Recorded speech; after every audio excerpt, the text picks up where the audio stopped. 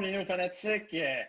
Retour aujourd'hui, on va parler là, du draft de la NFL. Ça vient à grands pas. On va faire un mock draft la veille. Mais aujourd'hui, on va faire plus une discussion sur le repêchage avec les choix. Là, ce qu'on pense qu'il va être lock ou qui pourrait bouger. Aujourd'hui, Gab va nous présenter nos invités. Je veux juste vous rappeler, si vous l'avez manqué, notre épisode avec Kevin Raphaël, là, c'est sur notre chaîne YouTube et sur Spotify. Je vais mettre le lien dans la bio. Allez, pas manquer ça. Ça a été vraiment une belle entrevue qu'on a faite avec. Il est super cool, le gars. Donc, je vous laisse avec ça. Ne manquez pas ça. N'oubliez pas que les fanatiques, c'est sur Facebook, Instagram, Spotify, YouTube. Suivez-nous sur toutes les plateformes. On met du contenu à chaque jour. Donc, ça n'a pas manqué. Salut, Gab. Comment tu vas? Salut, Joe. Ça va bien, toi? Ça va très bien, merci. Présente-nous nos invités aujourd'hui pour la spéciale discussion du repêchage. Bien sûr, regarde, aujourd'hui, on a deux nouveaux qui viennent parler avec nous autres. On a Antoine Turcotte, un de mes bons amis, un des fidèles fans des Steelers de Pittsburgh. Écoute, un gars super intéressant qui connaît vraiment son affaire. On a souvent parlé de draft ensemble. Il connaît son affaire. Si jamais vous avez des questions, là, Turcotte, je suis sûr qu'il va pouvoir répondre à toutes. Puis on a M. Fafan par excellence, Rose, un gros fan des 49ers. C'est la première fois. Super intéressant aussi, super fin. Fait que merci les gars d'avoir accepté. Puis c'est super intéressant de pouvoir parler avec vous autres aujourd'hui. Pas de problème, pas de problème. Ah, c'est le fun, merci. Bien sûr. Écoutez, les gars, Draft Talk aujourd'hui, semer le terrain un petit peu sur ce qui se passe. Là, on est environ à peut-être 2 semaines du draft en ce moment, alors qu'on se parle. Écoutez, je pense que la question se pose plus vraiment. Trevor Lawrence va sûrement être un lock numéro 1. Pour vous autres, est-ce que vous le voyez top 10 dès l'an prochain? Qu'est-ce que vous pensez qu'il va apporter à Jacksonville? Est-ce que vous pensez qu'il va avoir du succès là, dès son premier départ avec les Jacks?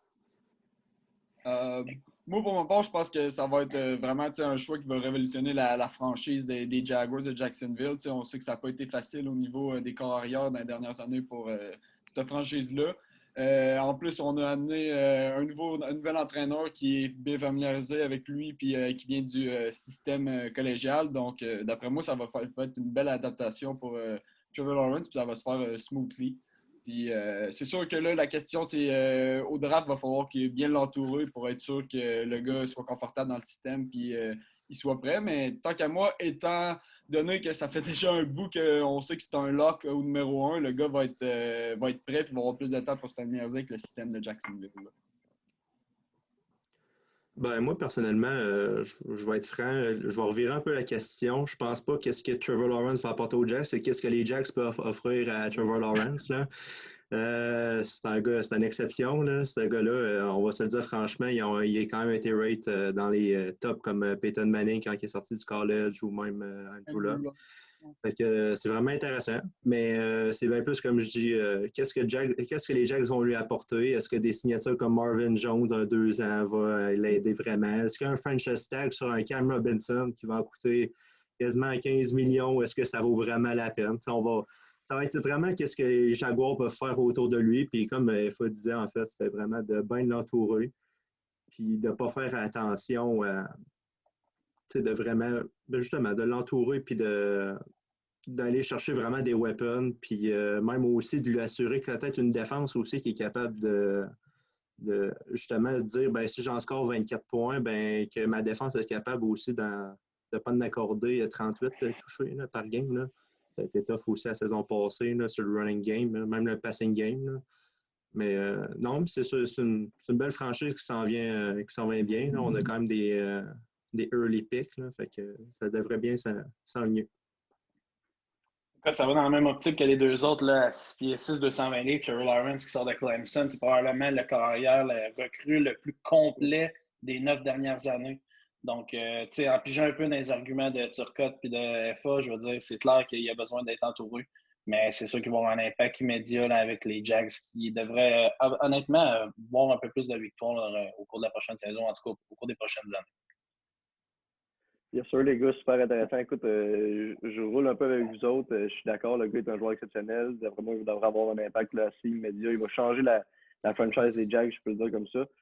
Écoutez, les gars, on a vu beaucoup de rumeurs. Les Falcons qui voudraient peut-être sortir du top 4 parce qu'en ce moment aussi, les Jaguars ont le numéro 1, les Jets le numéro 2 et les 49ers, bien sûr, qui ont échangé pour le numéro 3. Selon vous, là, je vais avoir c'est comme un peu une question à deux parties. Est-ce que selon vous, là, alors qu'on se parle, les Falcons vont rester au 4e spot?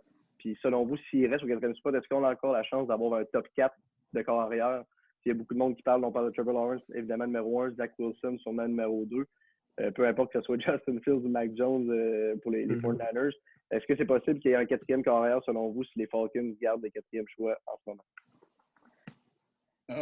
Moi, personnellement, je pense que oui, mais je pense que si on est à avoir une trade arrivée, ça va être plus draft night que là, ça va descendre justement du board. C'est sûr que si les 49ers prennent Mac Jones, Justin Fields, un gars qui vient justement d'Atlanta, qui a évolué un peu à Georgia avant de se changer à Ohio State, ça peut être intéressant pour eux. Je sais qu'ils ont envoyé le maximum de personnes qu'ils pouvaient envoyer hier à leur Pro 2. Donc, est-ce que c'est une smokescreen pour que les équipes pensent qu'ils vont le repêcher? On ne sait pas. Mais d'après moi, tout va être une question de valeur pour les Falcons, puisque justement, on a restructuré le contrat de Matt Ryan, qui va être très difficile de sortir de ça pour les 2 prochaines années.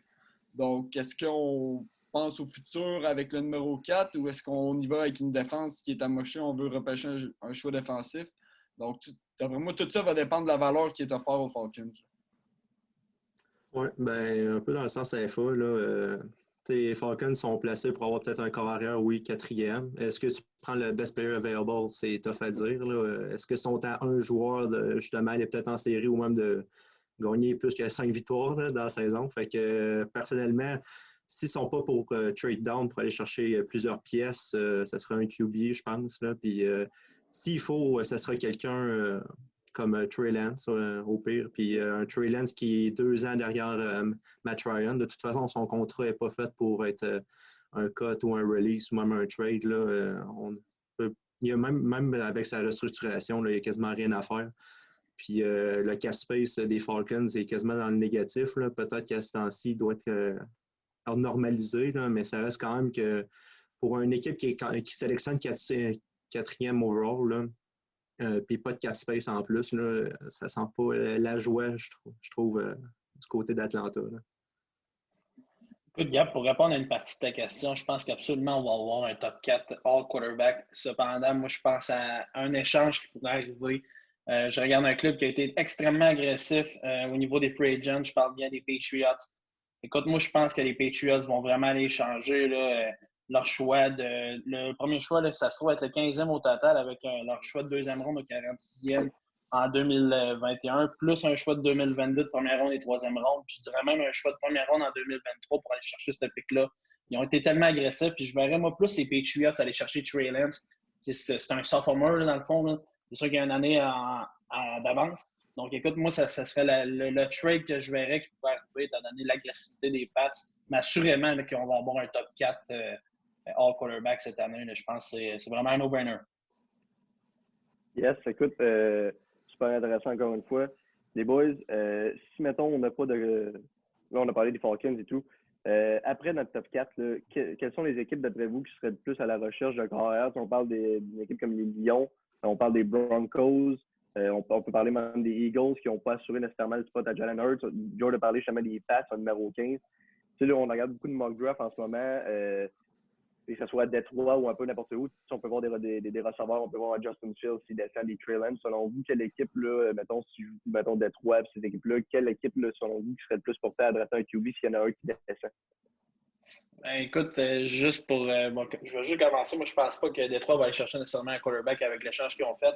La seule place que je vois un carrière sortir hors top 4, hors top 4, ça va être avec les Broncos et Justin Fields. Après ça, je pense pas qu'on va nécessairement se concentrer sur un corps arrière là, pour ces équipes-là. Je pense qu'on va y aller avec vraiment le plus des joueurs à des positions précises qui pourraient aider l'équipe. Mais ça, c'est mon opinion pour l'instant. CFA, tu peux y aller, il n'y a pas de problème. Ben, je suis d'accord avec toi que dans le fond, les Broncos, ça serait le temps. Même que je serais prêt à dire que s'il y a une équipe que je verrais monter dans le T4, ça serait peut-être plus les Broncos que les Patriots, justement parce que on sait que les Patriots, ça n'a pas été super le draft dans les dernières années. Puis en même temps, si on se fie aux statistiques, c'est sûr que c'est des statistiques, un draft c'est différent chaque année, là, mais c'est rare qu'on a 5 QB et que les 5 vont réussir à performer. Tout. On sait que Trevor Lawrence ne devrait pas avoir de problème, mais après ça, on parle peut-être d'un gars qui va réussir ou deux. Donc, je trouve que pour les Patriots, c'est un gros risque à prendre de monter tout ça pour monter de 15 à 4 puis sélectionner le 4e QB qu'ils ont sur leur board. Là. Fait que je verrais peut-être plus les Broncos que eux, s'ils vont un move, ça va coûter plus cher, puis en même temps, ça va coûter, moins cher, puis en même temps, ça permettra aux Falcons de ne pas trop s'éloigner du top 10 pour recevoir un top tier d'offensive player. Mais sinon, c'est pas mal ça. Puis je suis d'accord. Mais sinon, moi, je verrais peut-être. On a vu ça on a vu dans les reports, peut-être le Washington Football Team qui pourrait peut-être monter aussi. Il semblerait qu'il aimerait. Il y a plusieurs reports, là, ça se contredit un peu, là, mais il y a des reports qui disent qu'il aimerait beaucoup de Trey Lance. Donc, on va dépendre. Mais encore une fois, moi, je ne vois pas de trade arriver d'ici la draft night. Là. Si Trey Lance descend, peut-être que là, ils vont avoir un move. Moi, personnellement, je pense aussi avec les Broncos, là, s'il y a quelque chose qui pourrait se passer. J'ai vu quelques reviews aussi qu'il y avait même offert le 9e overall pour Matt Stafford, que ça en dit long. Puis on s'entend que c'est pas un Matt Stafford, en tout cas personnellement, je pense pas que c'est un Matt Stafford qui aurait changé la donne à Denver. Je pense pas que Drew Lock est si mauvais que ça. Est-ce que c'est la solution? On va le voir. Là. C'est toujours le temps. Puis les weapons sont quand même jeunes. Là. On a un Cortland Sutton, un KJ Hamler, même Jerry Jeudy. Ces gars-là n'ont même pas au-dessus de 24 ou 25. Là. Fait que c'est à voir. Ou sinon, Washington Football Team. C'est sûr que je verrais tout le temps un QB là-bas. C'est sûr que Fitzmagic va faire de la magie pendant 3-4 games. Il va nous laisser croire que c'est le QB partant jusqu'à temps qu'il floppe un 4-5 games après. Ça a toujours été, puis ça va toujours être Fitzmagic, mais c'est correct. C'est son caractère. Fait que, ça serait intéressant au moins d'avoir peut-être un QB en arrière de Fitzmagic. Est-ce que ça va être Trey Lance? J'ai aucune idée. Et c'est difficile à dire là, dans ce temps-là parce que si on sort 4 QB top 4, ben un peu là, ça donne un signe d'alerte aussi que peut-être qu'il y a peut-être 6 QB aussi qui peuvent sortir là, en première ronde. Là. C'est souvent juste le sentiment d'alerte peut créer justement des trades assez bizarres, là, puis des fois de payer trop cher pour une position. Fait que non, c'est ça. Washington, mais tu sais, Washington pour autant sélectionné en 2e, 3e ronde un Kyle Trask, Kellen Mond de Texas A&M qui pourrait fall, puis qui pourrait juste sit back pendant un an derrière Fitzmagic, puis ça ferait en masse la job, je pense. Yes, écoute, les boys, écoute, moi, je pense que. Écoute, les Lions, je pense qu'ils vont peut-être roll avec Jared Goff pour au moins cette année. Après ça, comme vous avez dit, là, moi, j'avais la même idée depuis que Turcotte, là, on avait vu que les Broncos avaient offert le 9 pour Matt Stafford. C'est sûr que c'est quelque chose qui John Elway, je peux dire ça comme ça. C'est sûr qu'il va vouloir bouger. On sait qu'il est souvent agressif, essaie souvent d'améliorer son équipe. Fait que, donc, comme vous autres, les boys, je pense que les Broncos vont être à checker pour un QB. Écoute, ça me lance l'idée, les gars. Je regarde après ça au numéro 5, numéro 6, on retrouve les Bengals et Dauphins. En ce moment, là, je regarde les mock drafts. C'est beaucoup mitigé, il y a beaucoup de 50%. Est-ce que vous voyez plus le gars en ce moment? J'ai regardé encore un mock draft tantôt. Numéro 5, on a Kyle Pitts avec les Bengals. Puis numéro 6, on a Ja'Marr Chase. Est-ce que vous autres, les gars, on sait qu'il y a Joe Burrow, Tua là-bas. Est-ce que vous pensez que ça prend plus un O-line pour essayer de protéger ces jeunes carrières-là ou bien vous y allez avec un weapon, plus un receveur ou un tight end? Parce que c'est beaucoup mitigé. Il y a beaucoup d'analystes qui vont mettre Penny Sewell, mettons, avec les Bengals, des choses comme ça. Est-ce que vous autres, que vous en pensez? Tu sais, parler de Turcotte là-dessus, je pense qu'il y a une forte opinion sur le sujet. Ouais, ben vite de même, là, j'ai vu quelques memes là, sur Internet. Là, oui, Ja'Marr Chase, ça vendrait des jerseys en tant que tel, là, la belle connexion LSU, mais la balle, il faut qu'elle se rende aussi. Là. Parce que sans protection, Burrow va encore finir sa civière cette année. C'est pas méchant, là, c'est juste une réalité dans le football d'aujourd'hui. Ah, oui. Je l'ai regardé, surtout en tant que fan des Steelers, on joue 2 fois contre par année. Puis la deuxième game, il n'était pas là. Puis c'est parce qu'il Chase Young ou je pense que c'était Montez Sweat qui l'a mis en civière. Là. Fait que non, c'est ça. Moi, je trouve que ça dépend contre quelle défense qu'il va jouer, mais comme l'année passée, il a joué une fois contre Pittsburgh. Puis là, la semaine d'après, il jouait contre Washington Football Team. Fait qu'il s'est ramassé les 2 défenses, les 2 plus grosses défenses pour les sacs du corps. Puis est-ce que le bon français, mais il en a mangé une volée. Fait que moi, je pense qu'un Penny Sewell, c'est obligatoire. Puis ça peut être Rashawn Slater aussi. Là. Rashawn Slater serait le premier tackle, tant qu'à moi, ou sinon à être pick si Penny Sewell serait pas au draft. Puis autant qu'il y ait de la protection pour Joe Burrow, je pense que c'est ça l'important. Je pense pas que les weapons, à un moment donné, ça va arriver. Là, des T. Higgins, Odin Tate, Tyler Boyd, je trouve que sont en mastack à receveur. Tyden, je trouve pas que c'est super, mais des Tyden, ça en trouve aussi en 2e, 3e ronde. J'en trouve pas, en tout cas, il y a autant des talents à part Carl Pitts. Là. qui aurait un talent aussi fort que Penny Sewell ou Slater qui pourrait faire une différence. Là. Quand même, dans une division où on s'entend, là, on joue contre des TJ Watt, Cameron Hayward, des Myles Garrett, maintenant Clowney qui a signé là, il y a quelques jours. Fait que ce serait important d'aller le protéger, je pense. Je suis très d'accord avec ça. Puis même, je veux juste ajouter que l'année passée, la classe était très forte en receveurs qui jouaient outside. Cette année, on voit aussi qu'il y a beaucoup de depth inside dans la classe. Fait que c'est sûr que, d'après moi, dans les rounds 2 et 3, ils vont pouvoir ramasser un petit slot, un weapon, peut-être même un Kadarius Toney qui pourrait dropper en début de deuxième round, qui pourrait ramasser que le gars c'est un weapon, puis il fait beaucoup de verges après l'attraper, ou un Elijah Moore, ou un Randall Moore. Ça reste des très bons receveurs qui vont pouvoir jouer en outside. Puis tu sais, comme tu as dit, tu as Tyler Ball, puis T. Higgins qui a eu une grosse saison l'année passée. Je vois pas la presse de sélectionner un wide receiver aussitôt.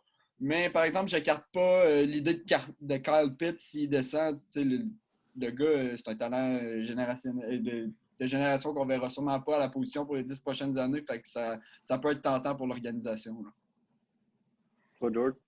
Écoute, ça va du même sens que les boys. Je veux dire, moi, je pense que Sewell, c'est un no-brainer pour les Bengals. Tu dois protéger ton quarterback, tout comme les Ravens, se doit vraiment d'avoir des gars solides pour protéger Lamar. Je veux dire, tu sais, les Bills, on les a vus, là, ils les ont détruits là, littéralement.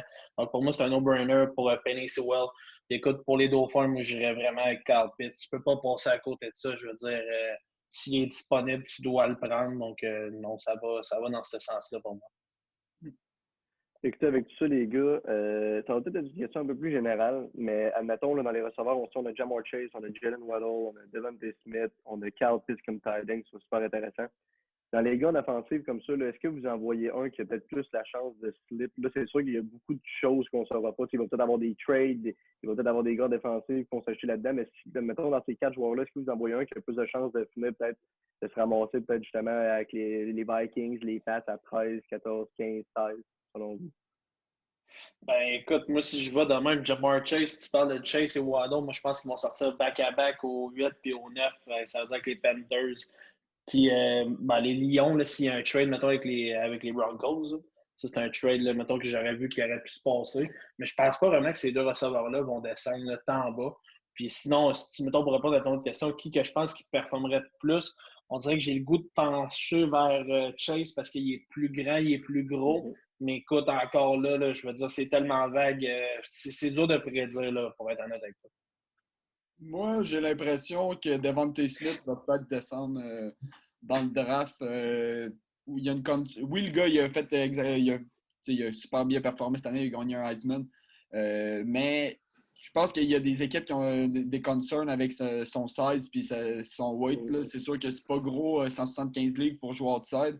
Est-ce que je pense que ce gars-là, oui, je pense qu'il va être performant dans la NFL.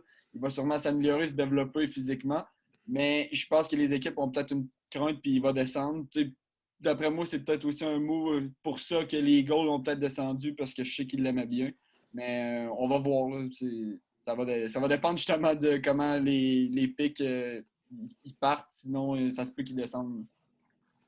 Ben, moi, personnellement, c'était vraiment plus Devontae Smith. C'est pas vraiment par choix, là. C'est plus parce que ce qu'on voit par les analystes, peu importe. Son seul concern, c'est vraiment son physique. Pas nécessairement juste le 175 livres qui me fait peur, c'est juste que qui est game vraiment de faire une press, excuse le terme en anglais, là, mais un press man coverage, là, une couverture vraiment serrée sur Devontae Smith. Là. Souvent, on lui laissait un 10-15 verges de coussin, fait que c'est difficile à prédire de comment il va être capable de se développer rendu dans la NFL ou être capable de combattre ces blocs-là, mettons, en press. J'ai hâte de voir. C'est sûr que c'est un concern, mais en même temps, est-ce que ça fait de lui peut-être avoir le meilleur potentiel aussi? Là? Ça reste quand même un des plus gros weapons. Là. Il n'a pas gagné l'Heisman pour rien. Donc, je pense que oui, c'est peut-être lui qui va fort, mais c'est peut-être lui avec le meilleur potentiel aussi de la draft même. Écoute, c'est clair, ça reste que Devontae Smith, ça reste probablement dans le top 3 des meilleurs receveurs là, de ce repêchage-là. C'est vrai que c'est curieux. Là. Il y a vraiment quelque chose de curieux. On le voit qui a passé du 6e project au 12, mais c'est sûr que sa grosseur, son physique, peut-être féliciter les équipes, mais en tout cas, c'est sûr, ça joue sur le terrain. Puis moi, j'ai hâte de voir, là, c'est comme vous avez dit, là, il a gagné l'Iceman, c'est pas pour rien. Écoute, ça me fait penser, les gars, FA, grand fan des Niners, podcast, pardon, un grand fan des Steelers, même George, là, si tu regardes un petit peu pour les Bills, c'est une petite idée. Je veux savoir, vous autres, vos équipes, là, on sait que les Steelers et les Niners, c'est quand même des équipes aimées au Québec. Fait que je voudrais que vous me parler un peu, là, ça serait quoi plus en première ronde, là, la première journée, qu'est-ce que seraient les plans pour votre équipe, qu'est-ce que vous checkez, qu'est-ce que vous aimeriez aussi? Je sais qu'à FA, il y a justement un peu un casse-tête là, envers 2 joueurs, mais est-ce que je veux savoir qu'est-ce que vous aimeriez et qu'est-ce que vous pensez qui pourrait arriver?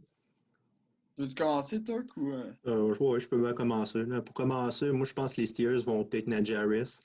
C'est tout simplement parce que c'est un move qu'il faut faire. Je pense pas qu'un running back devrait sortir première ronde dans notre era là, du football. Là. Malheureusement, ça a été prouvé qu'en 2e, 3e ronde, 4e ronde, on est capable de trouver des excellents talents, puis on n'a pas besoin.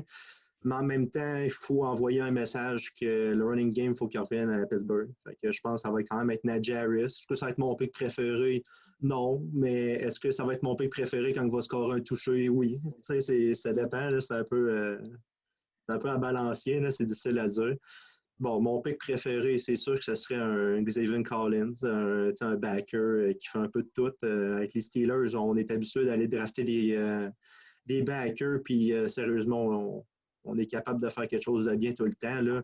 Il y a quand même un range là, à 6 et 5, 260 livres.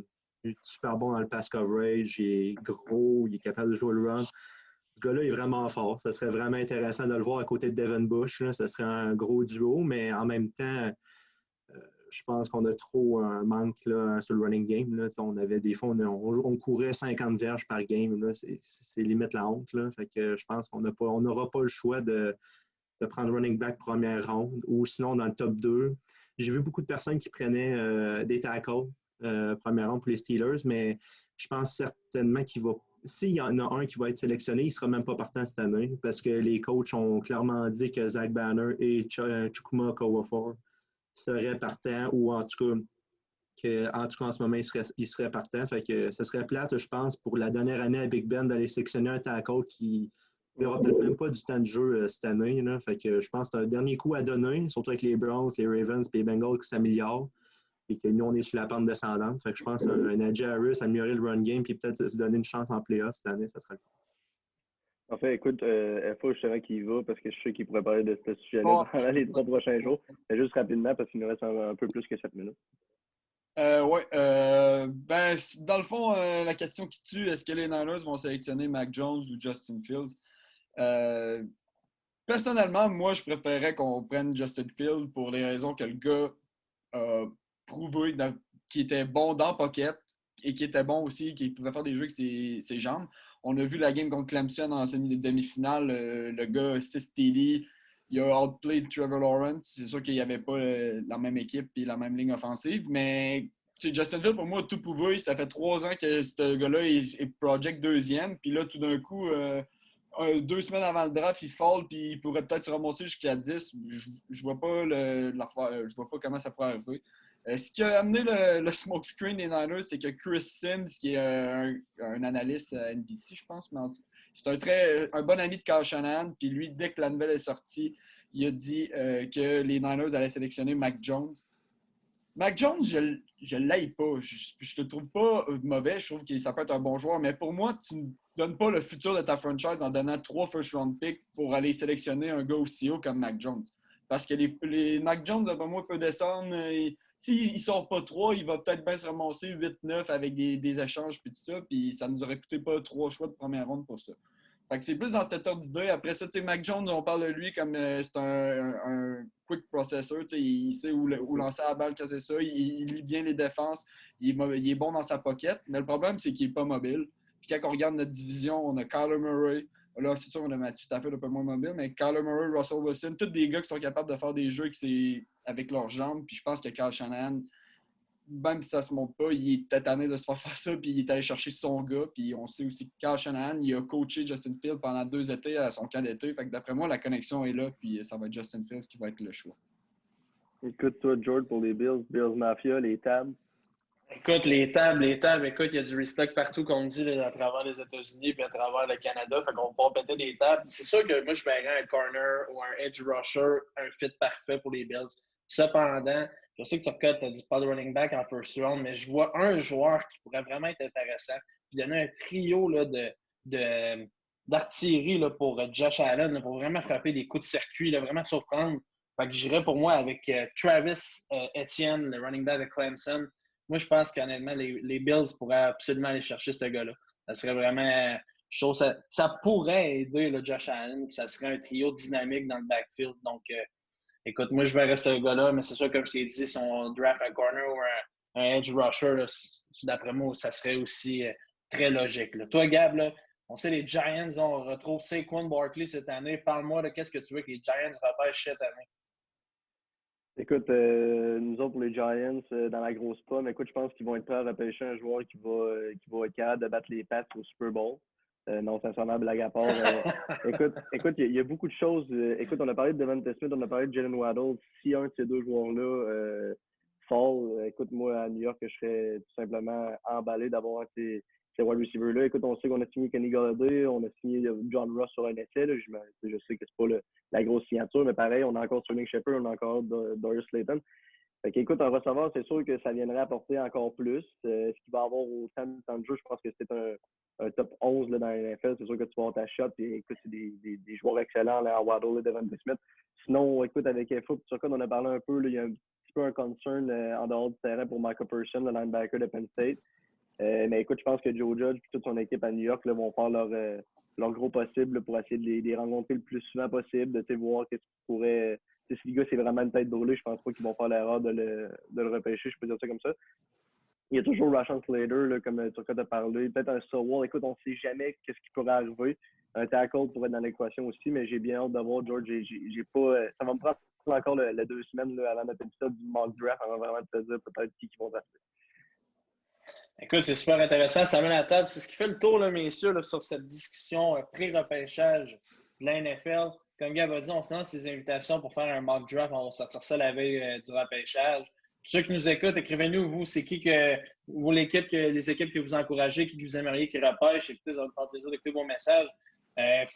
Antoine, merci beaucoup d'être là, les boys. Ça a été super gentil. Merci, Gab, encore. Puis merci tout le monde. Yes. N'oubliez pas là, que vous pouvez écouter cet épisode-là sur YouTube et Spotify. Puis n'hésitez pas à nous suivre sur toutes nos plateformes.